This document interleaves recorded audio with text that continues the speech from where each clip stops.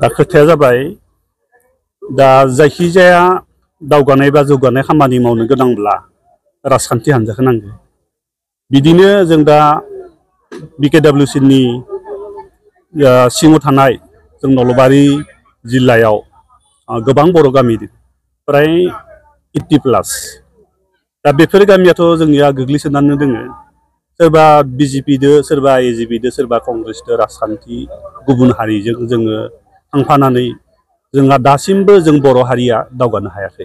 मानो होनोब्ला सरकारि न' बांफोरखौबो मोनफुंजोबनो हायाखै। अरुनदय आसनि बायदि बायदि लामा लथाफोराबो दाबो मोजां जाफुङाखै, गाज्रि।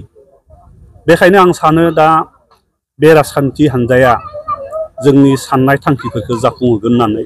मानो बुङोब्ला दा हाग्रामा सारिनि बिथोन लानानैनो जों बे राजखान्थि हान्जाखौ बे 1 नं बालितारा गामियाव जों खुंनो लानाय जादों एबा दिनै खुंफुंनो हाबाय। खुंफुंनो हानानै आं जोबोद गोजोननाय मोन्दों आरो जोंनि मिरु आफादनि सार बिथांमोनाबो गोजोननाय मोन्दों होननानै जोंनिसिम फोरमायदों। राजखान्थि हान्जाखौ खायफाया बुङो आं राजखान्थि हान्जाखौ मोजां मोना, खिन्थु डेभेलपनि खामानि मावनो गोनांब्ला राजखान्थि हान्जाखौ नांथारगौ। बे बड' पिपल्स पार्टी राजखान्थि हान्जाया जोंनि बर' गामिफ्राव जौगानाय बा दावगानाय खामानि मावगोन होननानै आंहा गोसो गोरबोआव मोनसे फोथायनाय दङ आरो आं गोबां बुंलिया, बेखिनियावनो बुंनानै दिनैनि सुंद' बिबुंथिखौ ओरैनो माबाफोर फान बेबायदि मोनदोंना मोनाखै बे 5 बोसोरनि गेजेराव?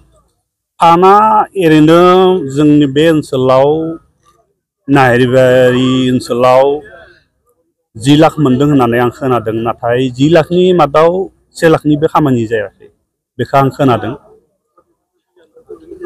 बिनि सायाव मा बुंगोन नोंथांमोना? बेबायदि जिहेतु जौगानायनि जे बिदि जुदि खामानि मावोब्लाथ' बेथ' जेबो दावगानाय जाया। दा जोंनि बे राजखान्थि हान्जायाव जोंहा मोनसे फोथायनाय दोङो आरो सेन्ट्रेल कमिटिया जोंखौ बा मिरु आफादा बा मिरु राजखान्थि आफादा जोंखौ बुंखादों। मिरु राजखान्थि आफादनि बे समायखिरा लानाय आफादाव आं खोनानो मोन्दों जे जोंहा मोनसे ओरैबायदि जागोन EM थायोब्लाबो माबा थायोब्लाबो डिस्ट्रिक्ट कमिटिनि बोसोन बा सुबुरुन मथैसो गासैबो खामानिया जालांगोन होननानै आं खोनानो मोन्दों। बा जोंहा बिदिनो जों खामानिखौ मावगोन होननानै जोंहा मोनसे रिजुलेसन लानाय दङ। आं बेखौ दिनै नोंथांमोननि सिगाङाव बुङो।